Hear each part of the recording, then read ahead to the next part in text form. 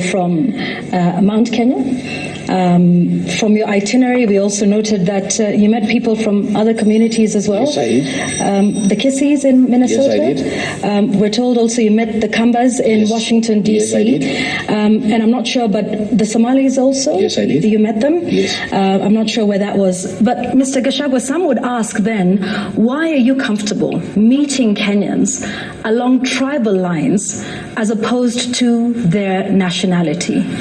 Vaughn, there are no Kenyans who sit somewhere as Kenyans. If you go to the United States, people have community organizations that were not established by Rigathi. I've not been to America for a long time. But when you go to America, you find the people from the mountain have their own organization. The Abagusi have their own organization. The Ma have their own organization.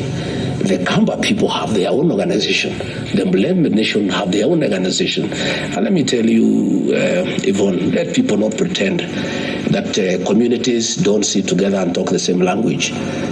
God, in his own wisdom, created people with an identical language. And people tend to congregate around each other to discuss their issues.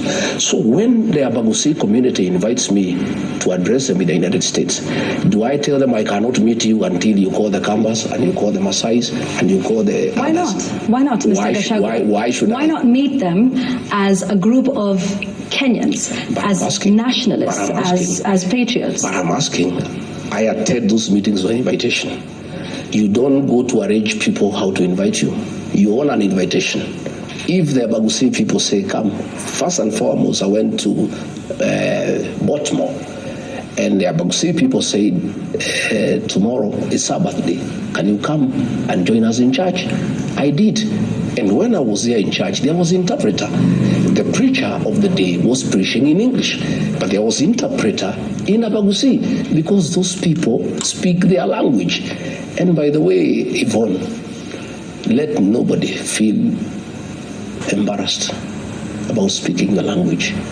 Even the preamble of the Constitution acknowledges the ethnic diversity of the Kenyan nation and why people must be proud of where they come from. And that is why you find the Abagusi are in a church in Baltimore, and there's an interpreter to interpret the sermon in the Kisii language. That is the nature of the Kenyan nation, and there's nothing Rigathi can do about it. Mr. Gachagua, you are, I imagine you think of yourself as a national leader. Yes, I am. Right? You are the former deputy president of the entire Republic of Kenya. Yes.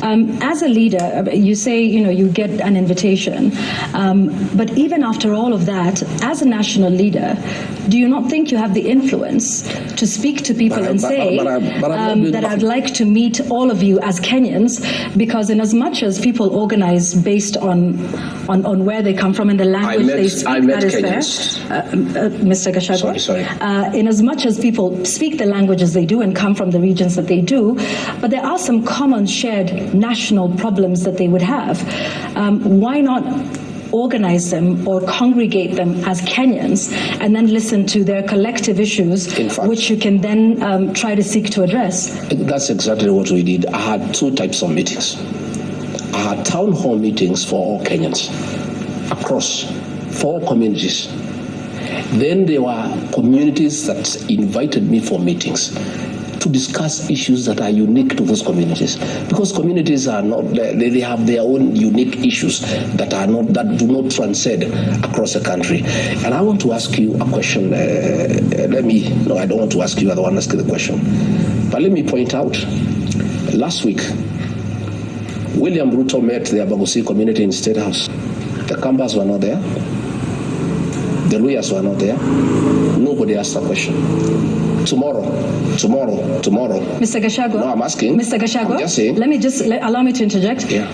I'm speaking with Mr. Gachagua tonight. I know. I'm just giving not with President William Ruto. I'm just giving an example. Perhaps when we get to interview him, I'm just giving an example, Yvonne, that this thing happens everywhere. Tomorrow morning, the president is meeting 5,000 people from Kiambu. The people from Machakos are not there. So because he does it, then that makes it okay? Because they are coming to discuss issues that are unique to that region. Okay? So when I went to the United States, I had town hall meetings for all Kenyans put together, and they were full, packed. and we discuss issues to do with Kenya. On the sidelines, community-based organizations in the United States invited me to engage with them about their own issues, their own culture, their own traditions. There are things that that do not transcend alongside our communities. When I went to Seattle, I was invited for the Gemi Festival. The Gemi Festival is a musical concert for the Kikuyu nation to dance and sing their songs that are unique to them. I would not have invited other people to come and join in the Gemi Festival because those were Kikuyu songs, people celebrating their culture, their identity, and loving it and singing all the way. But there is no one time I refused to engage all Kenyans. In all my meetings, in all the 7 states I went, I had a good town hall meeting with Kenyans across the board. All right. A member of the audience, across of those that you met at the United States, even put this very concern to you. I want us to watch this clip together. One of the ladies who was in the audience said that you are positioning yourself more as a tribal chief than a national leader. Mr. Gachagua, let's watch what she had to say.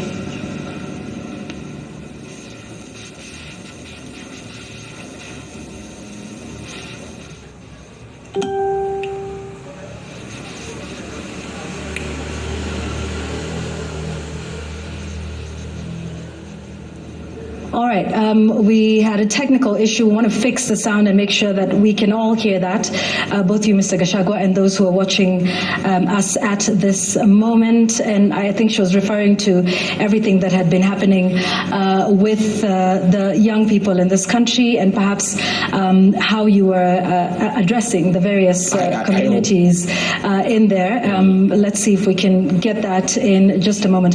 So let's we'll come back to that in a moment. You also play my reply as well. Well, we're here, so we can hear your reply. No, it's also good to say what I told. But now that, yes, we've seen that. But now that we're here, we're live with you. We'll hear the response from you. Let's fix that clip and we'll come back to it in a moment. Now, you may be unapologetic about positioning yourself as a champion of regional interests.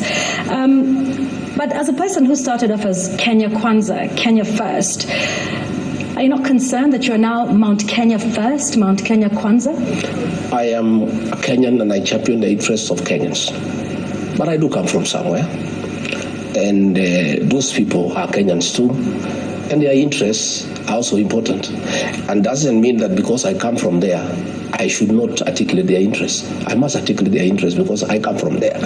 Much as I articulate the interests of all Kenyans, the people of that region are Kenyans too, and they have their interests like all other Kenyans. And I'm not alone. All other leaders from other regions articulate the interests of where they come from. It only becomes an issue when the region I come from has issues they want articulated.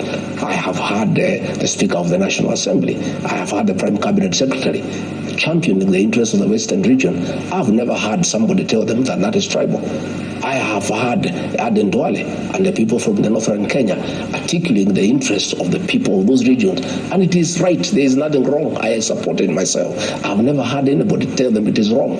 You know, I have had people from the Lake region talking about their issues, about the issues of fish, about the issues of how to make sense and to make money out of Lake Victoria. I've never had anybody had an issue. Every region, Yvonne, has unique issues that sometimes do not reflect to other regions. So, and they need to be articulated by people of those regions. Mr. Gachagua, are you Mount Kenya First? I'm Kenya First, but I come from Mount Kenya. Because at the end of it all, Yvonne, today you are here interviewing me. When you leave here, you go back home. You are not going to stay here forever. You are here articulating national issues. You are here interviewing me. You are here doing a job. But when you finish your job, you go back home. Same with Rigathi Gachagua. I am here in Nairobi. I was in the United States articulating issues to do with this country. I'm here fighting for the interests of the Kenyan people.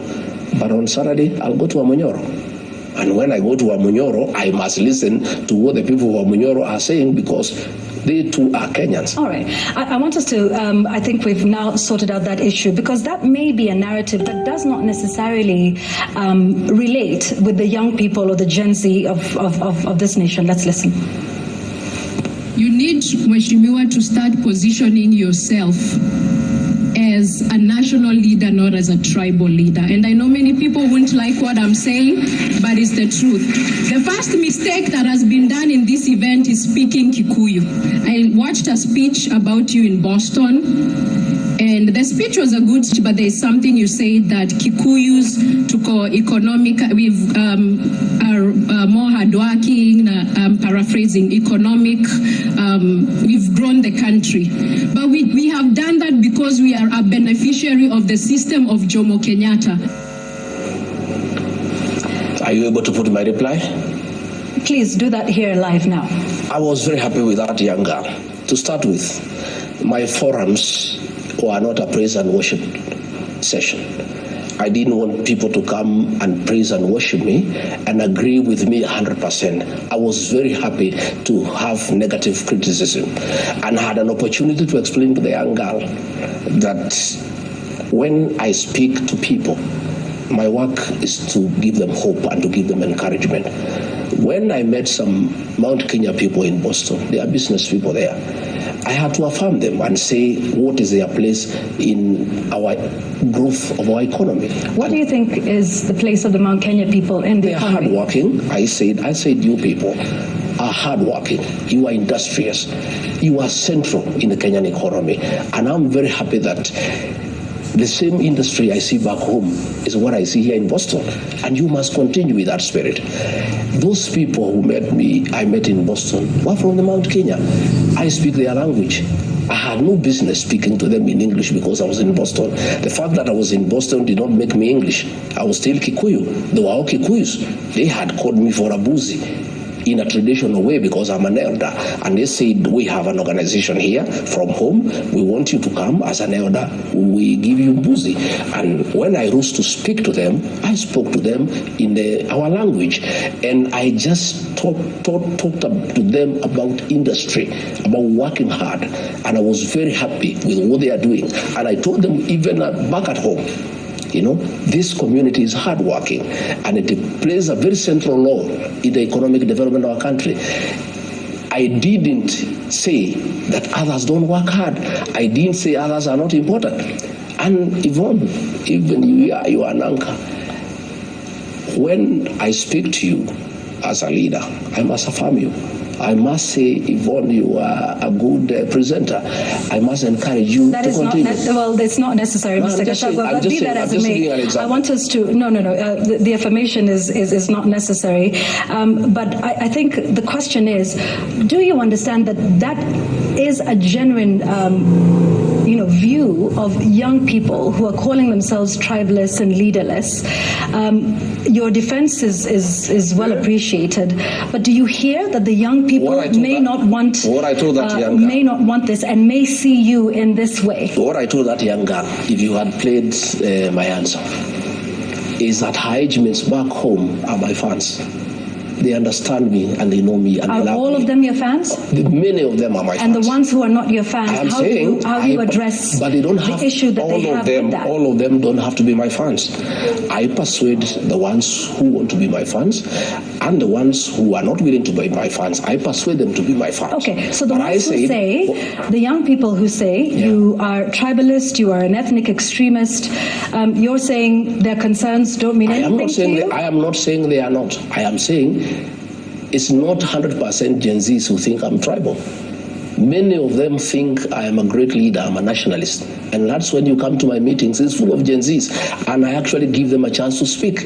But that does not mean that girl has no right to speak. She has a right to have a contrary opinion. I'm a Democrat myself. I cannot force her to say that I'm a nationalist. If she thinks I'm not a nationalist, she's entitled to her own opinion. Right, so but I did draw her attention to the fact that Gen Zs back at home, are my people, they are my supporters because they understand me and they know that I'm not tribal. It's only that narrative has been driven, and her being away and not knowing what is going on here in Kenya when she's in the States, she has bought that narrative. But I did persuade her that is not the case. Okay, so you believe the people of Mount Kenya are very central to the country's economy? All Kenyans are central to the economic development of our country. But the people of Mount Kenya, like all other Kenyans, play an important role. And you said central, because there's a difference between a central role and an important role. Not everybody can be at the center, right? I'm saying central means that they are very, very, very instrumental in business. You know, if you go wherever town you go in this country, they are there doing business with other Kenyans. And therefore they are central in that wherever town you go. If you go to Garissa, you find them there. If you go to Mombasa, you find them there. If you go to Malindi, you find them there. If you go to Leptop, you find there. And they live well with other Kenyans, and they do business with other Kenyans, and they are really appreciated by other Kenyans. So they do play a central role in Kenya's economic development, in that they are in every part of this country doing business. All right. It is for this reason that some of your party members felt you should be impeached as deputy president, because they felt that your shareholder narrative is too divisive for the country. And let me just remind Kenyans that in the run-up to your impeachment, you were vocal about a concept that you called shareholding in government. You explained this quite a number of times on several occasions, where you believed or seemed to believe that development follows particular voting patterns. And you were very specific about how the Kenya Kwanza government should dole out goodies. I want us together to watch what you said about the shareholding narrative in government, and then we can seek some more understanding. Hii serikali ni kampuni na ni ya shares, si ndio? Ni ya shares. Kuna wenye kampuni wale wako na shares mingi, kuna wale wako na chache, kuna wale hawana. Sasa nyinyi mliinvest kwa hii kampuni ya William Ruto na Rigathi Gachagua. Sasa lazima mvune. Yule ambaye alipanda atafanya nini? Si mlipanda? Si mliamuka mapema? Mukasema mtaki kusikia mambo ya ile system na nini? Mukainvest, mukapanda, mukapalilia, mukaweka mbolea, mukamwagilia maji, wakati ya kuvuna ndio. Najua wengine wananikashifu ati mimi nasema ati wale walipanda wavune kwanza. Iko makosa? Iko makosa? Hata hao watavuna, lakini wangoje. Si wale walipanda na wavune kwanza. Wakishavuna wavune, ile tabaki kidogo, wale wakupanda waingie, watafute huko nini, ile tapatikana wachukue, wakwende. Si yuko namna hiyo? Mr. Gachagua, maybe you've never been given an opportunity. I want to do that now. Please explain to us this shareholding concept and how does it work? Even this matter has been taken out of context. Government formation is a process, and a coalition government is formed based on an agreement. I sat down with William Ruto and on behalf of the mountain people negotiated our expectation from his government, and he negotiated the votes he wanted from our region. And he did negotiate with me that he wanted 70% of our votes, and in exchange he would give us 40% of the government. It was not written, it was a gentleman's agreement. He sat down with the people of Western Kenya. They were wiser than me. They demanded an agreement. He demanded 70% of their vote. They demanded 30% of government. He sat with Kingi from the coast, and Kingi demanded certain things that will be done when government is formed. I was simply following the honoring of that agreement, that what was promised and what was agreed on must be honored. And I was saying, we made an agreement that we are investing in this government, and this is our expectation. And even it is not that it is anything that I was coming out from the blue. It was an agreement that was negotiated, and I was insisting that that agreement should be honored. Other people are not insisting on the honoring of that agreement. I was under a lot of pressure from the people I negotiated on their behalf, that what we agreed on should be honored. And that is when William Ruto turned against me, because he didn't want to honor what we had agreed. And unluckily for me, And it's a mistake that I made that I have to live with. Yeah, I didn't insist on a written agreement. It was a gentleman's agreement. Nevertheless, even a verbal agreement in law is acceptable. Sorry, just so we understand, you say you negotiated on behalf of your people. Yes. What do you negotiate for? Positions, development, roads, coffee reforms, tea reforms, guaranteed minimum return. We did economic charters with President William Ruto, 4 counties in Kenya. And for the people that I represented, because he came to me because he wanted votes from my region. That is the truth. It was not that because he just loved me or he was my friend. It was quid pro quo, Give me this, I give you this. And he said, Rigathi, I want 70% of votes from the mountain. Mm-hmm. Can you deliver that? I said, yes, I can deliver. And I delivered 87%. And I said, I expect the following. I negotiated ministries of interior, finance, agriculture, water, lands, attorney general, trade. I negotiated all those agreements, And where we started having problems is when he started taking away what we had negotiated. He took away finance. I had negotiated finance, he gave to Professor Ndungu. He took it away and gave it to John Mbadi. I had negotiated interior, I had negotiated trade, I had negotiated that and that. Because and that is where many people probably fight like John Mbadi came after you. No, I'm just saying along the way. Okay. That agreement still stands, whether I'm there or not. Because I negotiated on behalf of our people who voted. Right. And then they delivered. They gave me 7% of the votes. So they honored part of the agreement because the agreement was 70%. So this was on behalf of the people of Mount Kenya? Yes. We don't hear much of the complaints from the people of Mount Kenya about whatever these agreements that were not made. You wouldn't know. Why is there a rebellion in that mountain? That is the issue. It's only that I speak out. Other leaders don't speak out because they have been compromised. I speak out. And why do I speak out, Yvonne? Because I'm the one who entered the agreement on their behalf. I am the one who is taken to task, by the population. You came and promised us. You told us we vote for this man. We are going to have coffee reforms. We are going to have tea reforms. We are going to fight alcohol. We are going to do ABCD. We are going to improve the environment for business. Now, things have turned upside down. We are being overtaxed. We are being levied too many taxes. You misled us. So what I was doing is responding from the pressure from the people. Okay. On whose behalf I negotiated with William Ruto. But I took it up with him. Yeah, but what you're saying, I suppose, is perhaps what we've always understood, that our political patterns and our voting patterns are tribal.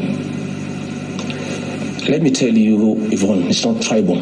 It's coalitions are coalitions. No, but you said, when there was an agreement that was made with you on behalf of the people of Mount Kenya, with Amason Kingi on behalf of the people from his region. So you're making this tacit admission now as former Deputy President of the Republic and a party leader that our voting and our political patterns are based along tribal lines.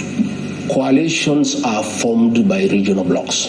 Okay. Mm-hmm. And William Ruto sought me out and my people. He sought Kingi, he sought Wetangula and Musalia.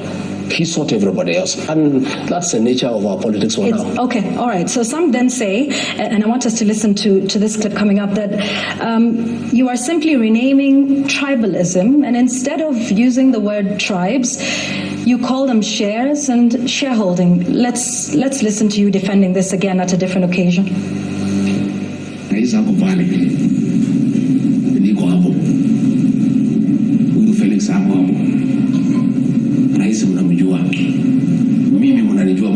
Silence on myself. Ya kwamba watoto wakiwa wengi kuna wale kwanza ya kuangaliwa, si mnajua? Sasa huyu Felix hapo pale ndio mwenye kuunganisha mawaya. Mambo yenu tumepanga. Mambo iko sawa. Chakula iko jikoni karibu kuiva. Watoto ni wengi, chakula ni kidogo. Iko watoto ya nyumbani, iko wajirani, iko namna hiyo, na nyinyi mtulie. Chakula ikiiva sisi ndio wenye kupakua, na watoto tunawajua kwa sura na kwa msimamo. Hatuwezi kuwa confused. Kuna mtu ajua watoto yake. Mr. Gachagua, who gets to eat first and how much? But I think you need to understand the concept of our politics. I was in a meeting in Nandi. And the Nandis were asking me, we voted for this government. We have our sons who have not been employed. We have expectations. You people promised us that when you form government, you will do this for us. You have not done it.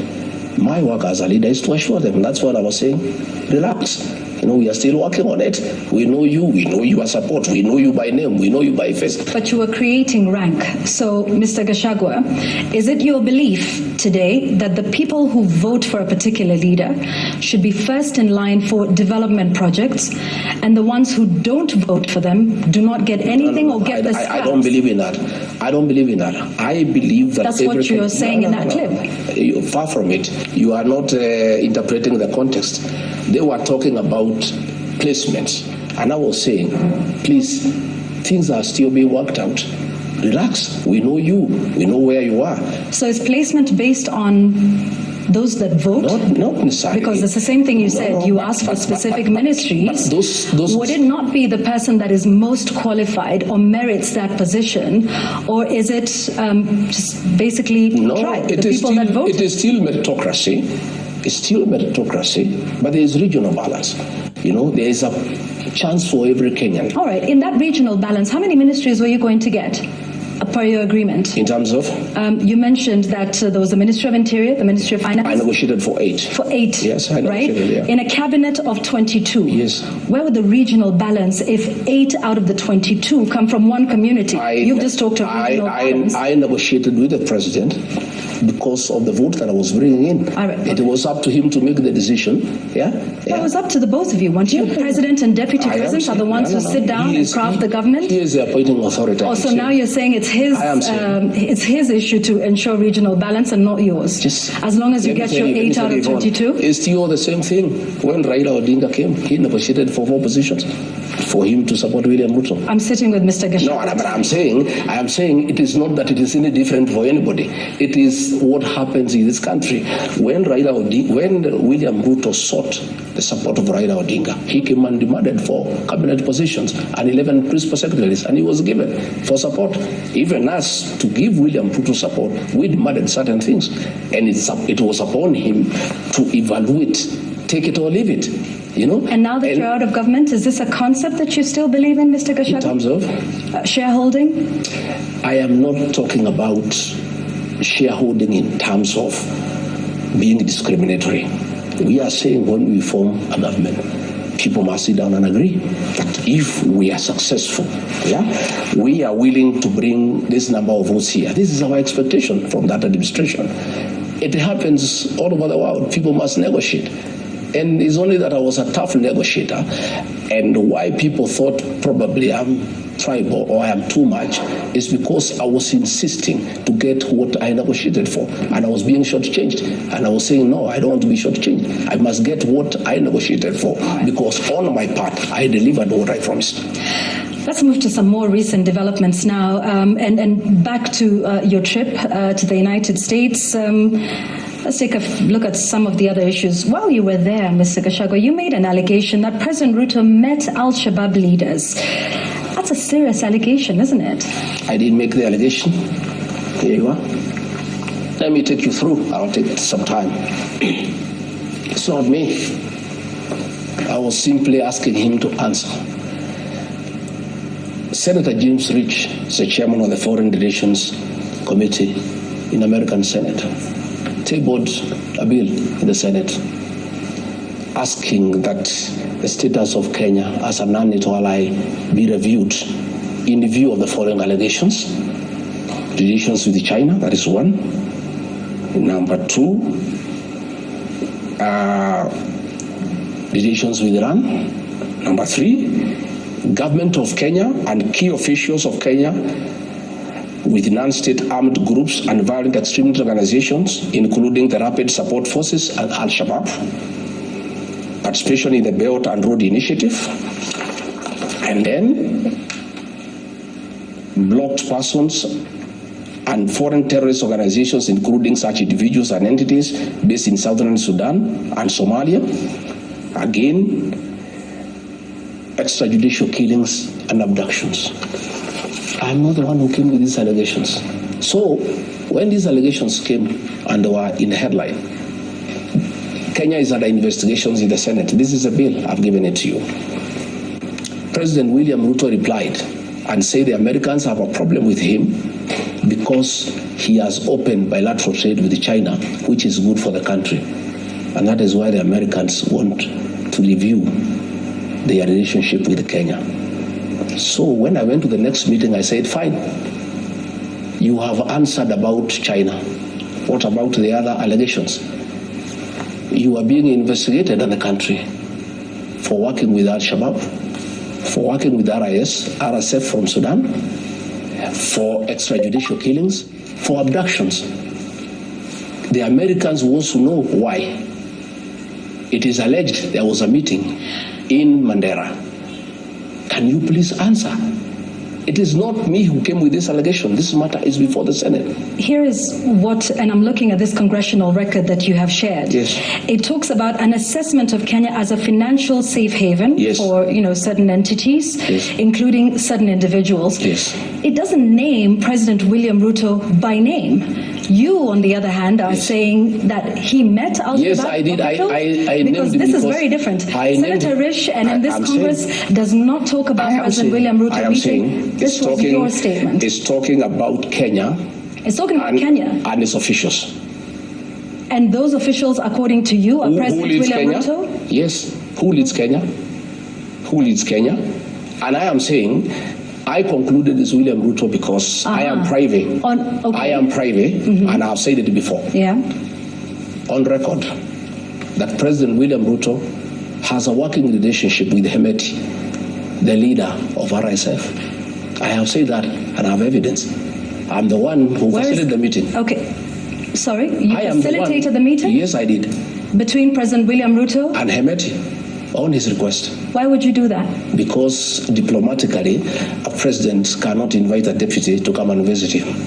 And Hemeti at that time was the deputy president of Sudan. So William Ruto called me as deputy president and had a letter for me to sign to invite Hemeti. And I went to pick him at the airport and delivered him to William Ruto and started with the discussion. So this was an official meeting? Yes. Right. And in what way does this official meeting then become something sinister? I am saying it was official, in quotes, but they were discussing business and trade. What did they discuss? Business, gold. Gold. I've said it before. You were at this meeting? Yes, I was. And you were comfortable with that sort of discussion happening? Initially, I did not know the purpose of the meeting. And once you did find out the purpose of the meeting, because you say you sat in there. What would I have done? That was the president, he was my boss. I said, yeah. And what do you intend to do about this now? Why should anybody believe you? What can I do? I'm asking him to answer these questions. That is different with Hemeti. You also talked about him meeting Al-Shabaab. I am saying... Where is that evidence? Because it is very different from this paper that you have presented here. Is different from stating that the president... Hang on. The President of the Republic of Kenya met Al-Shabaab leaders. Is that still your contention today, that he met Al-Shabaab leaders? And if so, Mr. Gachagua, where did they meet? What did they discuss? Because this is an allegation that you are making. I'm saying President William Ruto answered on the issue of China. He has a mouth. He can answer whether he met Al-Shabaab or he did not meet Al-Shabaab. Kipchumba Murkomen is not a spokesman for William Ruto. Just the way he answered. He answered. Kipchumba Murkomen was answering me. You alleged that, and now we would just want to understand from you. You have put the allegation. I have put the allegation. So would you want to provide that with facts? When and where did the President of the Republic meet Al-Shabaab leaders? I am saying William Ruto can answer that. Did he meet them or he did not meet them? Are you saying he met them? The onus is on him. No, the onus is on you. He who alleges must prove. He's the one to ask me to prove, not you. Or you are not his advocate, are you? I'm a Kenyan. No, I know. When you make an allegation, do you not expect... But why did he answer the one in China? No. When you make an allegation, do you want nobody to hold you account for what you allege? Let me tell you, Yvonne. And this is why we're asking you here now. Let me tell you, Yvonne. This matter is under investigation by the Senate. Let me tell you what I want to do. That's understood. I just want to understand from you. You say the president met Al-Shabaab leaders. When and where? And for what purpose? What I have said that this allegation was made by the Senate. Now, this allegation was made by you, Mr. Gachagua. But the other details on top of this bill, I was in America. Every bill has attendant facts and figures. Mr. Gachagua, when we have an opportunity to speak with the members of the Senate of the United States, Yes. we'll pose the same question to them. Yes, you will. Tonight, I am speaking with you, Yes. who has himself said that the Let me president tell has you, met Yvonne, leaders of what we will Al-Shabaab. not do, So we're going to ask we will not you, prejudice investigations by giving details of what we know.